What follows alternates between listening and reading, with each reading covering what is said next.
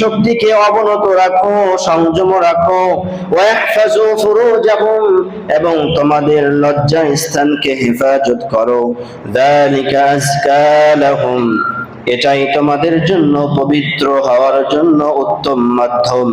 ইন্নাল্লাহা খাবীরুম বিমা ইয়াসনাউন, নিশ্চয় মহান রব্বুল আলামিন তোমাদের সম্যক অবগত।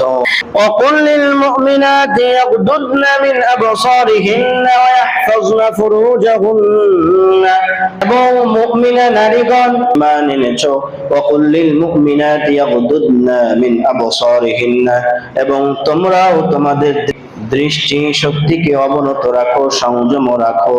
তোমরাও তোমাদের লজ্জা স্থানকে হেফাজত করো। ওয়ালা ইবদিনা যিনাতাহুন্না, নারী সকল, এবং তোমাদের ওড়না দিয়ে তার এবং তোমাদের বুককে ঢেকে রাখো। এটাই তোমাদের জন্য উত্তম পবিত্রতা অর্জন করার মাধ্যম।